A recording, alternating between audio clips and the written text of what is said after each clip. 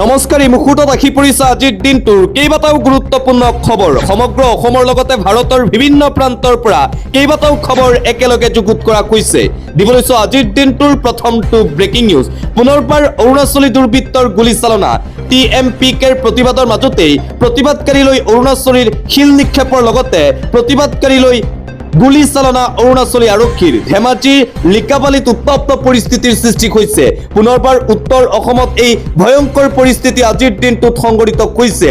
পুনৰবাৰ অৰুণাচলী আৰক্ষীয়ে অসমীয়া লোকক লক্ষ্য কৰি গুলীচালনা কৰিছে। তাৰ পিছতে আৰু অধিক অভাৱনীয় পৰিস্থিতি আজি বিৰাজ কৰে উত্তৰ অসমত। লিকাবালিত TMPKৰ শান্তিপূৰ্ণ প্ৰতিবাদকাৰীলৈ গুলীচালনা অৰুণাচলী আৰক্ষীৰ। শান্তিপূৰ্ণ প্ৰতিবাদৰ মাজতেই চাৰিজাইকৈ গুলীচালনা কৰাত আহত হয় বহু কেইগৰাকী প্ৰতিবাদকাৰী ৰাইজ। অসমীয়া প্ৰতিবাদকাৰীক লক্ষ্য কৰি পুনৰবাৰ অৰুণাচলী আৰক্ষীৰ এই গুলীচালনাৰ ঘটনা। তাৰ পিছতে অধিক পৰিস্থিতি বেয়াৰ ফালে ডাল খাইছে বুলি জানিব পৰা গৈছে। আৰু ইয়াৰ মাজতে পুনৰবাৰ সামাজিক মাধ্যম যোগে মুখ্যমন্ত্ৰী হিমন্ত বিশ্ব শৰ্মাই কৰিছে মন্তব্য। শেহতীয়া অসম অৰুণাচলৰ সংঘাতক লৈ উদ্বেগ প্ৰকাশ ৰাজ্যৰ মুখ্যমন্ত্ৰী ডক্টৰ হিমন্ত বিশ্ব শৰ্মাৰ। শান্তি শৃংখলা বজাই ৰাখিবলৈ আহ্বান সীমান্তৱৰ্তী ৰাজ্যক। ভৌগোলিক সীমাই ভূখণ্ডকহে ভাগ কৰে, হৃদয়ক নহয়। অতি শীঘ্ৰেই মীমাংসা হ'ব অসম অৰুণাচলৰ সীমা সংঘাতক লৈ। আৰু অসম অৰুণাচল সীমা সংঘাতক লৈ যি পৰিস্থিতিৰ সৃষ্টি হৈ আছে তাৰ মাজতেই ৰাজ্যৰ মুখ্যমন্ত্ৰী হিমন্ত বিশ্ব শৰ্মাৰ এই প্ৰতিক্ৰিয়া। এটা পলিটিকেল ব্ৰেকিং নিউজে মুহূৰ্তত আহি পৰিছে। নগাঁও উপ নিৰ্বাচনৰ AIUDFৰ প্ৰাৰ্থীৰ নাম ঘোষণা কৰিছে মৌলানা বদৰুদ্দিন আজমলে। বান পৰিস্থিতিৰ মাজতেই এটা পলিটিকেল ব্ৰেকিং নিউজে মুহূৰ্তত দিবলৈ চেষ্টা কৰিছো। কংগ্ৰেছৰ প্ৰস্তাৱ প্ৰত্যাখ্যান কৰিছে AIUDFে।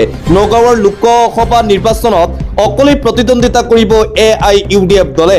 নগাঁও উপ নিৰ্বাচনৰ প্ৰাৰ্থী ঘোষণা AIUDFৰ মুৰব্বী মৌলানা বদৰুদ্দিন আজমলৰ। নগাঁৱত উপ নিৰ্বাচনৰ AIUDFৰ প্ৰাৰ্থী হ'ব ৰেজাউল কৰিম চৰকাৰ। কংগ্ৰেছে নগাঁও জয়ৰ বাবে সহায় ভিক্ষা কৰিছিল AIUDFক। কংগ্ৰেছক প্ৰস্তাৱ প্ৰত্যাখ্যানৰ স্পষ্ট ঘোষণা মৌলানা বদৰুদ্দিন আজমলৰ। আন এটা ব্ৰেকিং নিউজে মুহূৰ্তত আহি পৰিছে।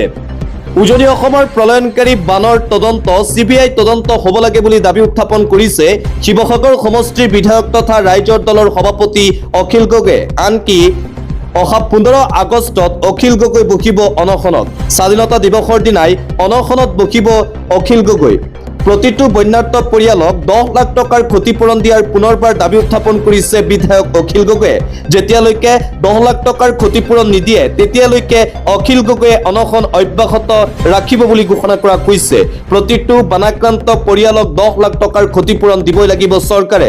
মহাপ্ৰলয়ৰ আঁৰত জড়িত কাৰণ উদ্ঘাটন, দোষীৰ শাস্তিৰ বাবে CBI তদন্তৰ দাবী, সকলো ধৰ্মীয় অনুষ্ঠান, শিক্ষা অনুষ্ঠান, ৰাস্তা দলঙৰ পুনৰ নিৰ্মাণ কৰাৰ দাবী উত্থাপন কৰিছে বিধায়ক অখিল গগৈয়ে। আৰু আনফালে হিমন্ত বিশ্ব শৰ্মাৰ বিৰুদ্ধে সৰব হৈ পৰিছে গৌৰৱ গগৈ। উজনি অসমৰ প্ৰলয়নকাৰী বানৰ ইংগিত আগতেই দিয়া হৈছিল বতৰ বিজ্ঞান কেন্দ্ৰৰ ফালৰ পৰা।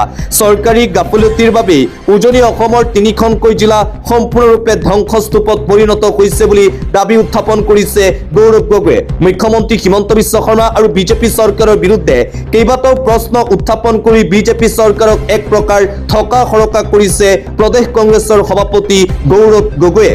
দিবলৈ আন এটা অতিকৈ গুৰুত্বপূৰ্ণ খবৰ। এই পৰ্যন্ত বানাক্ৰান্তৰ মাজত বিতৰণ হোৱা সাহায্যৰ তথ্য দিছে ৰাজ্য চৰকাৰে। 48,55,864 কেজি চাউল বিতৰণ কৰা হৈছে বানাক্ৰান্তৰ ৰাইজৰ মাজত। 10,15,785 কেজি দাইল বিতৰণ কৰা হৈছে। 4,09,54 কেজি নিমখ বিতৰণ কৰা হৈছে।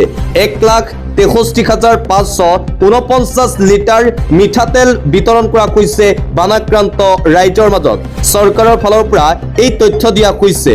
উজনি অসমৰ প্ৰলয়নকাৰী বানৰ মাজতেই চৰকাৰৰ ফালৰ পৰা সাহায্য বিতৰণ সন্দৰ্ভত এই তথ্য দাখিল কৰা হৈছে। কিমান পৰিমাণৰ সাহায্য দিছে তাক লৈ এই তথ্য দাখিল কৰিছে ৰাজ্য চৰকাৰে। অন্য এটা খবৰ, বিধায়ক ময়ূৰ বৰগোহাঁই, বিধায়ক ধৰ্মেশ্বৰ কোঁৱৰ আৰু মন্ত্ৰী সুশান্ত বৰগোহাঁইৰ নেতৃত্বত উজনি অসমত চলা শিলৰ খনন, কয়লাৰ সিন্ডিকেটৰ বাবে বানত বুৰিল শিৱসাগৰ, চৰাইদেউ, যোৰহাট জিলা। শিৱসাগৰত সংবাদমেল সম্বোধন কৰি এই বিস্ফোৰক অভিযোগ কৃষক মুক্তি সংগ্ৰাম সমিতিৰ।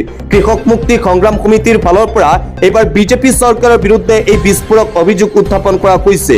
উজনি অসমৰ প্ৰলয়নকাৰী বানৰ মূল কাৰণ হৈছে অবৈধ শিল খনন, অবৈধ কয়লা খনন কয়লা সিন্ডিকেট শিল খননৰ বাবেই উজনি অসমত প্ৰলয়নকাৰী বানৰ সৃষ্টি হৈছিল শিৱসাগৰত এক গুৰুত্বপূৰ্ণ সংবাদমেল অনুষ্ঠিত কৰি বিজেপি চৰকাৰৰ বিৰুদ্ধে এই বিস্ফোৰক অভিযোগ কৃষক মুক্তি সংগ্ৰাম সমিতিৰ সমান্তৰালভাৱে বানৰ প্ৰকৃত কাৰণ জানিবৰ বাবে উচ্চ পৰ্যায়ৰ তথ্য অনুসন্ধান সমিতি গঠনৰ লগতে কেন্দ্ৰৰ পৰা বিশেষ পুঁজি মুকলি কৰাৰ দাবী উত্থাপন কৰিছে সদৌ অসম ছাত্ৰ সন্থাৰ সভাপতি উৎপল শৰ্মাই উজনি অসমৰ প্ৰলয়নকাৰী বানক লৈ এই দাবী উত্থাপন কৰিছে আসুৰ সভাপতি উৎপল শৰ্মাই মুঠতে উজনি অসমৰ প্ৰলয়নকাৰী বানক লৈ এইদৰে জাতীয় দল সংগঠনসমূহে ইটোৰ পিছত সিটো গুৰুতৰ অভিযোগ উত্থাপন কৰি আছে বিজেপি চৰকাৰৰ বিৰুদ্ধে।